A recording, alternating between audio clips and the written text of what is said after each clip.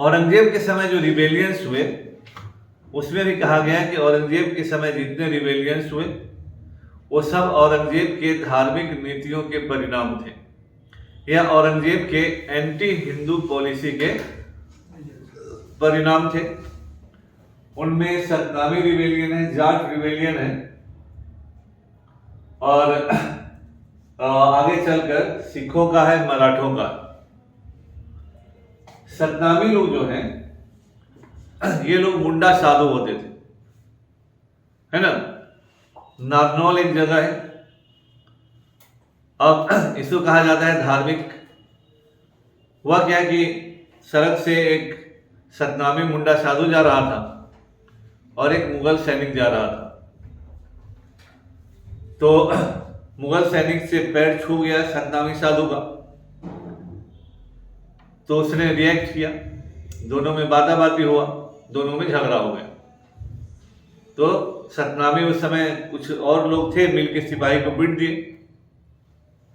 अब मुगल सिपाही था, पीटा गया, वो गया अपने कैंप में, सिपाहियों को लेके आया, सतनामियों को पीट दिया। तो गांव भर में जो लड़ाई का चेन रिएक्शन होता है वही हुआ। अब सतनामी पिटा गए तो उस एरिया के सारे सतनामी जुट गए, तो मुगलों से एकदम लड़ाई की स्थिति आ गई। इतनी संघर्ष की स्थिति बनी कि उस एरिया में सेना को बुलाना पड़ा। खैर उस समय सेना पुलिस में बहुत फर्क नहीं था, लेकिन बड़े पैमाने पर उस इलाके में सैनिक कार्रवाई करनी पड़ी सतनामियों के खिलाफ। इसे इतिहासकारों ने धार्मिक रूप दिया कि सतनामियों का विद्रोह औरंगजेब के धार्मिक नीति के खिलाफ था। अब इसमें औरंगजेब की धार्मिक नीति एक सैनिक और कुछ सतनामियों के बीच आपसी झगड़े में कहां इन्वॉल्व था, तो उसे उसी में लपेटा में लेके इतिहास में कहा जाता है कि सतनामियों ने विद्रोह किया। अगर औरंगजेब इतना ही सतनामी विरोधी रहता तो सतनामी कोई बहुत बड़ा समूह नहीं थे, तो रहते ही कैसे। तो यह छोटा सा झगड़ा एक बड़े झगड़े में कन्वर्ट हो गया। जैसे गांव घर में देखते हैं कि बच्चा लड़ाई किया और गोली चलने पर आ गया परिवार के बीच में, यह सतनामी रिबेलियन वैसा ही था। इसी तरह से जो जाट रिबेलियन है, जाट जैसे आगरा में आज भी कैसे देखते हैं कि वहां जो जयंत चौधरी है चुनाव लड़ते हैं, जाट है, उसके आसपास के एरिया में जाट बहुल एरिया है और जाट थोड़ा होते हैं लड़ाकू टाइप के लोग। उस एरिया में मुगल गवर्नर्स थे, तो मुगल गवर्नर उस एरिया में थोड़ा हार्ड टाइप के लोग बनाए जाते थे उस जमाने में भी। जुबीर खान करके एक मुगल गवर्नर होता था जिसका नाम सुन के ही लोग कहा जाता था कि बच्चे सो जाते थे डर के मारे। तो इस तरह की घटना जरूर थी वहां। मंदिर को तोड़कर मस्जिद बनाने की घटना है ना, वही मथुरा का इलाका है। तो टेंशन दोनों समुदाय में था। यह टेंशन लड़ाई में कन्वर्ट होता है और इस लड़ाई में 69 में गोकुल ने अब्दुल नबी को मार दिया, है ना, डिफीटेड एंड किल्ड अब्दुल नबी। तो अब्दुल नबी कौन है? मुगल गवर्नर है ना, और मुगल गवर्नर को आपने मार दिया। औरंगजेब का गवर्नर है, गवर्नर के मारे जाने का मतलब होता है स्वाभाविक है कि मुगल एक्शन ले लेंगे। उस एरिया में अपने आगरा के आसपास का एरिया है मथुरा, है ना, तो एक्शन लिया जाएगा ना भाई। एक्शन लिया गया तो उन लोगों ने एक्शन लिया तो इनको मारा, गोकुल को मारा, पूरे एरिया में दहशत फैलाया, कुछ जो दबा रहा फिर विद्रोह। फिर 1686 जब औरंगजेब दक्षिण जा चुका है, राजा राम ने और राम चेरा ने रिवेल किया। यही युगीर खान बहुत खतरनाक उसका एरिया का गवर्नर माना गया है, इसको मार दिया। सब खतरनाक आदमी था और इन्हीं लोगों ने, राजा राम ने ही, इसको याद रखिए, अकबर के मकबरे को लूटा और उसके टॉम में से उसकी हड्डी निकाल के जला दिया। तो उसका अपमान किया अकबर का। है ना, क्योंकि मुसलमान दफनाए जाते हैं और उसकी हड्डी को निकाल के जला दिया रिबेलियन में, है ना। इसके बाद फिर एक्शन हुआ और राजा राम को 1688 में मार दिया गया। फिर आगे चलकर चुरामन जो है इस विद्रोह को आगे बढ़ाते रहे और चुरामन ने ही भरतपुर रियासत की नींव रखी। तो ये एक लोकलाइज्ड प्रॉब्लम था, जिसमें इसके बाद औरंगजेब है भी नहीं दक्षिण में, तो जो जनरल एक्शन चल रहा था उसका कोरिलेरी था। और जब भारत में मुसलमान राजा है तो कहीं विद्रोह हिंदुए न करेगा, उनके लोग उस जमाने में विद्रोह नहीं कर रहे थे। मुसलमानों का विद्रोह 1581 के बाद ऑलमोस्ट इनर भारत में नहीं हो, है ना। तो इसको भी रिलीजियस पॉलिसी के खिलाफ विद्रोह घोषित कर दिया लोगों ने, है ना। इसी तरह से सिखों के साथ जो विद्रोह है, ये भी इसका लंबा इतिहास है। कोई औरंगजेब के जमाने में तो सिख रिबेलियन हुआ नहीं। अगर गुरु अर्जुन देव का घटना है तो ये जहांगीर के जमाने में हुआ, है ना। हरगोविंद जी किरतपुर में शिफ्ट कर गए। गुरु हर राय, गुरु हर किशन, गुरु तेग बहादुर से संघर्ष शुरू होता है। तो गुरु तेग बहादुर का जो संघर्ष है वो दूसरे टाइप का संघर्ष है, उसकी कहानी अलग है। और बाद में वो औरंगजेब तक, गुरु गोविंद सिंह तक चला। तो ये जो सिखों के खिलाफ भी जो सिखों से जो संघर्ष है, it did not originate in the regime of Aurangzeb. It was ongoing struggle. Aurangzeb sovereign है और सिख लोग समझेंगे कि हम सोवरेन राजा का बात नहीं मानेंगे। आज कश्मीर में क्या है, अगर कश्मीर का लोग कहेगा कि हम आपका बात नहीं मानेंगे तो भारत सरकार छोड़ देगी, क्योंकि सोवरेन कौन है, इस बात को स्टेब्लिश करना होगा ना कि आप मेरे राज्य में रह रहे हैं, आपको मेरे नियमों के अनुसार चलना होगा, आपके नियम हम नहीं मानेंगे। आप धार्मिक कृत्य कीजिए, लेकिन अदर देन रिलीजियस कृत्य में आपको स्टेट का मानना होगा ना। और सिखों का विद्रोह औरंगजेब के जमाने में नहीं शुरू हुआ। अगर औरंगजेब के जमाने में शुरू हुआ होता तो ही शुड हैव बीन एक्यूज्ड, लेकिन इट इज नॉट देयर, है ना। बंदा बहादुर का खाल खिंचवा दिया। बंदा बहादुर 1715 में है, अभी नहीं है।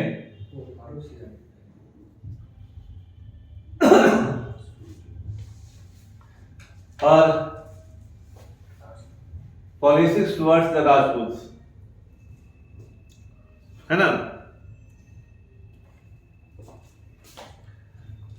इसी तरह से सिख मराठा काम है।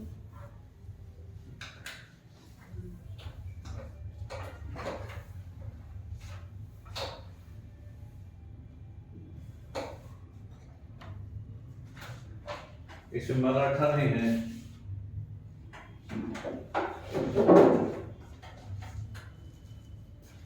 देखिए, इसी में हम मराठा बता देते हैं। जो मराठों का विद्रोह है, तो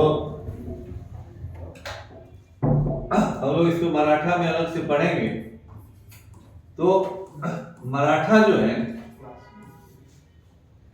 इनका तो उत्कर्ष शुरू ही होता है शाहजहां के जमाने में, शिवाजी का, इनके फैमिली का। They were not ruling elite right from the beginning.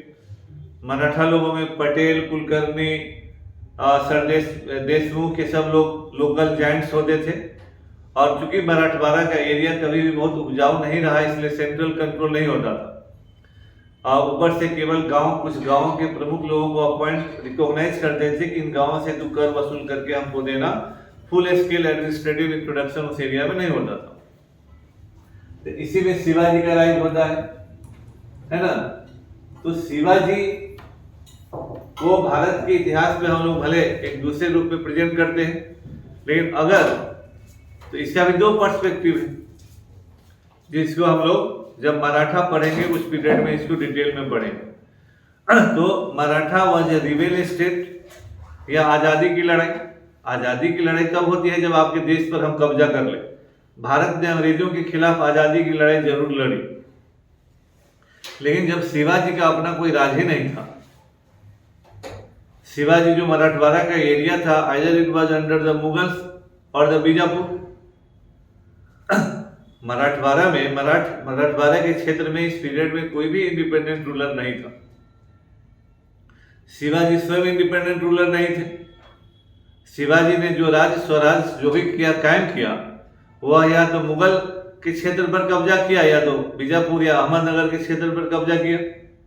अगर उनका कोई एंसेस्ट्रल इलाका रहता और उस पर कोई कब्जा करता और उसको स्वतंत्र करवाने के लिए लड़ाई लड़ते तो टेक्निकली कहा जाता, लेकिन अब हमारा देश है, हम लोग बोलेंगे कि हाँ शिवाजी ने ऐसी लड़ाई लड़ी।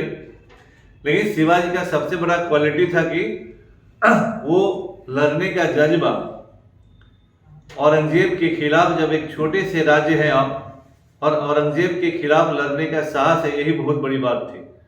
और जिस तरह से उन्होंने सफलता पाई यह भी हाईली कमेंडेबल है। तो उस दृष्टिकोण से शिवाजी के प्रयास ऐतिहासिक महत्व के हैं, है ना। लेकिन अगर दूसरे दृष्टिकोण से देखें तो शिवाजी कभी उनका परिवार राजा रहा ही नहीं। शिवाजी से ही पॉलिटिकल एक्सर्शन शुरू होता है और शिवाजी भी कभी निरंकुश और एब्सोल्यूट राज नहीं बन सके, क्योंकि पूरे रिजीम में जो पटेल थे, कुलकर्णी थे, देशमुख थे, ये सब उनके सत्ता को चैलेंज करते रहे और इन्होंने सबको मिलाकर काम चलाया है ना। उसके अथॉरिटी को ये निर्मूल नहीं कर पाए अपने समय में भी, और कभी भी मराठा राज एक एकीकृत राज्य नहीं बन पाए। आगे तो परिसंघ बना और भी कमजोर हुआ, है ना। तो इसीलिए मराठा को कंट्रोल करने में भी शिवाजी ने, औरंगजेब ने बहुत प्रयास किया। और जब पुरंदर की संधि हुई तो शिवाजी को सरेंडर करना पड़ा। 32 में से 23 किले शिवाजी को सरेंडर करना पड़ा, है ना। और औरंगजेब को चूंकि फुर्सत नहीं हुई, आगरा से जब भागे तो दोबारा उन पर जब फुर्सत हुई तो संभाजी को एलिमिनेट कर दिया 1689 में। वो ताकत अथॉरिटी राज्य की थी।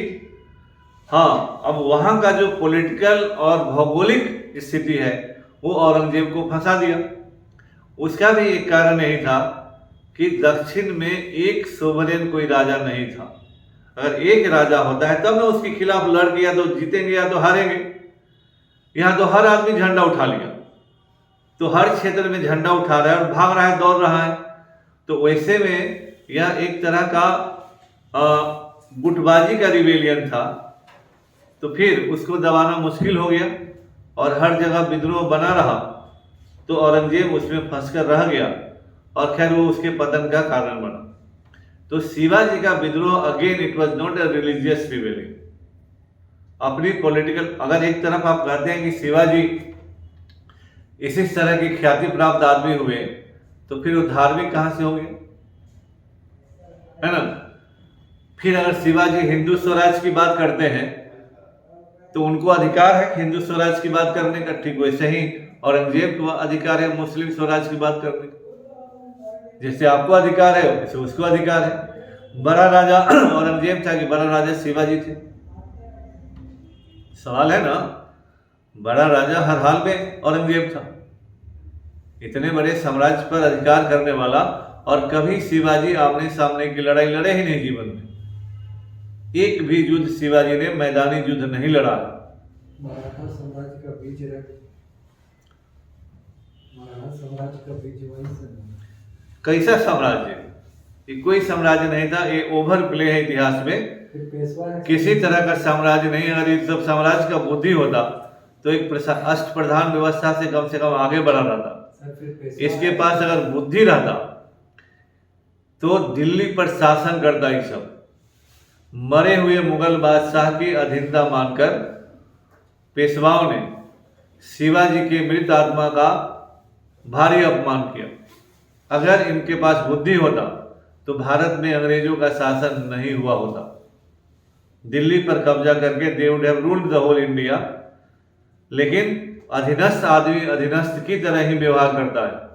अगर औरंगजेब के बाद शिवाजी जैसा आदमी हुआ होता तो कमाल हो जाता। लेकिन औरंगजेब पहाड़ के सामने पैदा हुए, तो शिवाजी, तो शिवाजी औरंगजेब से जीत नहीं सकते थे। उस राज सत्ता को चुनौती देना, भारत का उस समय एशिया में कोई मुगलों से जमीनी युद्ध नहीं लड़ सकता था, लाइक महाराणा प्रताप। कोई नहीं, नोबडी कैन फाइट। शिवाजी और महाराणा प्रताप की यही विशेषता है, इसीलिए कहा जाता है महाराणा प्रताप ही क्यों राजपूत के रूप में पूजे जाते हैं। इसलिए नहीं कि उन्होंने अकबर को हराया या कुछ भी वैसा किया। योद्धा वही होता है, राजपूत वही होता है जो अपनी शर्तों पर जीना चाहे और जो अपनी शर्तों के लिए निश्चित हार को जानते हुए भी युद्ध लड़े। महाराणा प्रताप वही थे। और आज महाराणा प्रताप की जयंती सारे 2 नंबर के राजपूत मनाते हैं। महाराणा प्रताप का मतलब था अकबर के सामने निश्चित हार। राजपूत वही है जो निश्चित पराजय को भी स्वीकार करे और लड़े, युद्ध लड़े, पराजय जानकर घर नहीं बैठ जाए। लाइक वीर कुंवर सिंह, वो भी थे, इसीलिए वीर कुंवर सिंह को याद किया जाता है। क्यों उनको किया जाता है? वो जानते थे कि अंग्रेज माने क्या, और फिर भी वीर कुंवर सिंह वैसे आदमी है जो अंग्रेजों को 3 से 4 बार हराए। ये भी बात सत्य पानी पिलाना है ना। तो यह जानते हुए कि निश्चित हार है। कोई अमेरिका से युद्ध लड़ता है, सद्दाम हुसैन अमेरिका से युद्ध लड़, वो असल लड़ाका था, नॉर्थ कोरिया है ना। नॉर्थ कोरिया तो पावरफुल है, सद्दाम हुसैन अपनी शर्तों पर रहा। तो राणा प्रताप को इतिहास में इसलिए याद किया जाता है कि हम अपनी शर्तों पर जिएंगे, अपनी शर्तों पर मरेंगे। जहां सभी राजपूत राजाओं ने अकबर की अधीनता मान ली, वहां राणा प्रताप ने ताउम्र अकबर के खिलाफ लड़ाई लड़ा। राणा प्रताप मूर्ख नहीं थे कि अकबर माने क्या है वो नहीं समझते थे। और अकबर के राज्य और राणा प्रताप के राज्य का ज्योग्राफिकल एरिया भी देखिए तो कितना छोटा सा राज्य है। 0.1%। तो इसलिए उनको याद किया जाता है। तो असल में जो वैसा राजपूत होगा वो महाराणा प्रताप की जयंती बनाए तब ना जयंती। आप सबके यहाँ चरण पर लौट रहे हैं, आपका कोई ना चरित्र है ना आपका कोई चाल है, और आप महाराणा प्रताप की जयंती बेचारे वो भी रोने लगे, है ना। तो इसीलिए इतिहास में इन लोगों का योगदान है, लेकिन गलत इंटरप्रिटेशन करके इनके योगदान को भी आप कंट्रोवर्शियल बनाते हैं। औरंगजेब से कौन जीत जाता उस समय इंडिया में, अकबर से कौन जीत जाता उस समय इंडिया में। तो आप उतने शक्तिशाली नहीं बनेंगे, आपकी गलती, आपको कौन रोके हुए था। तो राजपूत तो कभी बन नहीं सकते थे, क्योंकि राजपूत राणा संगा बनने चले तो राजपूत टंगड़ी काट दी। सर जीत सकते थे हेमू राजपूत नहीं था, हेमू बनिया था। हाँ, वह सड़क पर घूम घूम कर बेचने वाला कुछ था, ठीक है ना। तो इसीलिए इतिहास में नाम उसी का होता है जो युद्ध लड़े। वो भी